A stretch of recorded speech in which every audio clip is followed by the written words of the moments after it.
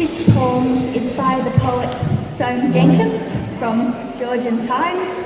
Jennings was described by one of his contemporaries as follows: if a man did not know his profession, then 9 out of 10 times he would mistake him for a dancing master, which is a very good thing to be mistaken for. Jennings wrote this poem in 1763, so it's really Jane Austen's parent generation. In places, it is a little bit more bawdy than Jane Austen's novels, which shows you how much times have changed. Parents, you may cover your children's ears if desired. The poem does have a moral lesson. It's about the dangers of too much dancing and pleasure, so that I hope you'll take it to heart. This is The Modern Fine Lady from 1763. Skilled in each art that can adorn the fair, the sprightly dance, the soft Italian air, the toss of quality and the hybrid sneer. The Lady Harriet reached her 15th year. Winged with diversions, all her moments flew, each as it passed, presenting something new. Breakfasts and auctions wear the morn away. Each evening gives an opera or a play. Then brags eternal joys all night remain, and usher in the morn again. For love no time has she, nor inclination, yet must coquette it for the sake of fashion. For this she listens to each fop that's near. The embroidered colonel flatters with a sneer, and the cropped ensign nuzzles in her ear. But with most warmth her dress and airs inspire the ambitious bosom of the landed squire, who fain would quit plump Dolly's softer charms for withered, lean, right honourable arms. He bows with reverence at her sacred shrine, and treats her as if sprung from race divine, which she returns with insolence and scorn, nor deigns to smile on a plebeian born.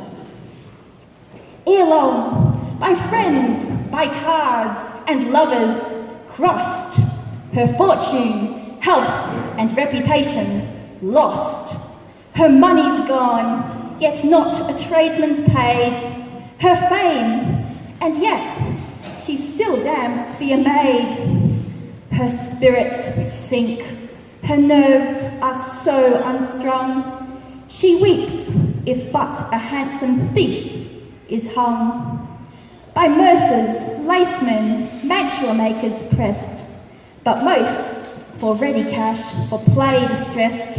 Where can she turn? The squire must all repair. She condescends to listen to his prayer, and marries him at length in mere despair. But soon the endearments of a husband cloy her soul, her frame, incapable of joy. She feels no transports in the bridal beds, of which she oft has heard, so much has read.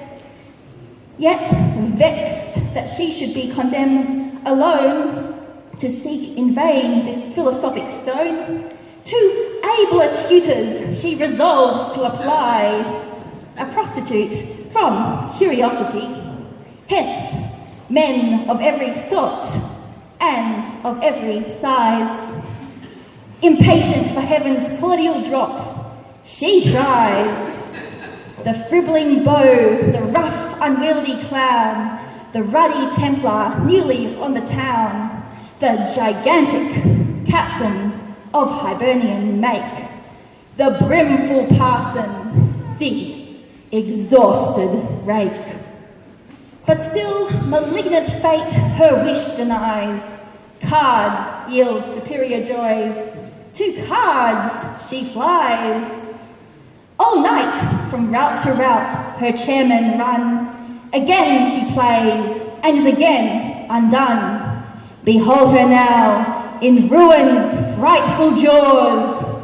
Bonds, judgments, executions, ope their paws. Sees jewels, furniture, and plate, nor spare the gilded chariot or the tasseled chair. For lonely seat she's forced to quit the town, and Tubbs conveys the wretched exile down, now rumbling over the stones of Tyburn Road, never pressed with a more grieved or guilty load. She bids adieu to all the well-known streets, and envies every cinder wench she meets. At last, the dreaded country first appears, with sighs unfeigned the dying noise she hears, of distant carriages, fainter by degrees. She starts and trembles at the sight of trees.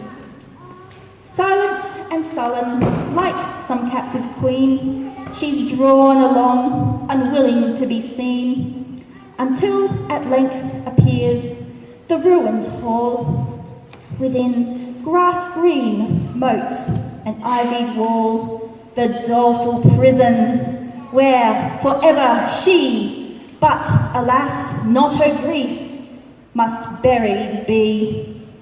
Her coach, the curate, and the tradesmen meet, great-coated tenants her arrival greet, and boys with stubble bonfires light the street, while bells her ears with tongues discordant grate, types of the nuptial ties they celebrate. But no rejoicings can unbend her brow, nor deigns she return one awkward bow, but bounces in, disdaining once to speak, and wipes the trickling tear from off her cheek. Now see her in her sad decline of life, a peevish mistress and a sulky wife, her nerves unbraced, her faded cheek grown pale from many a real, many a fancied ale, of cards, admirers, equipage bereft, her insolence and title only left, severely humbled to a one-horse chair, and the low pastimes of a country fair. Too wretched to endure one lonely day, too proud one friendly visit to repay, too indolent to read, too criminal to pray. At length, half dead, half mad, and quite confined, shunning and shunned by all of humankind, even robbed of the last pleasure of her life, insulting the poor curate's callous wife.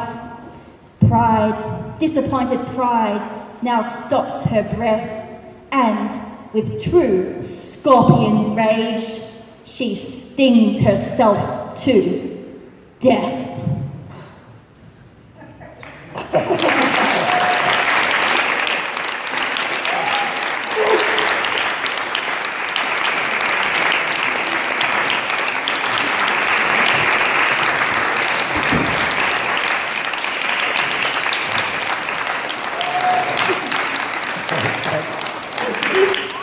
I hope you've enjoyed a lovely evening full of dancing, cards and pleasure. And Mr. Soame Jenyns, this poet, was once criticised by Samuel Johnson for oversimplifying moral issues. Perhaps there was some validity to this critique.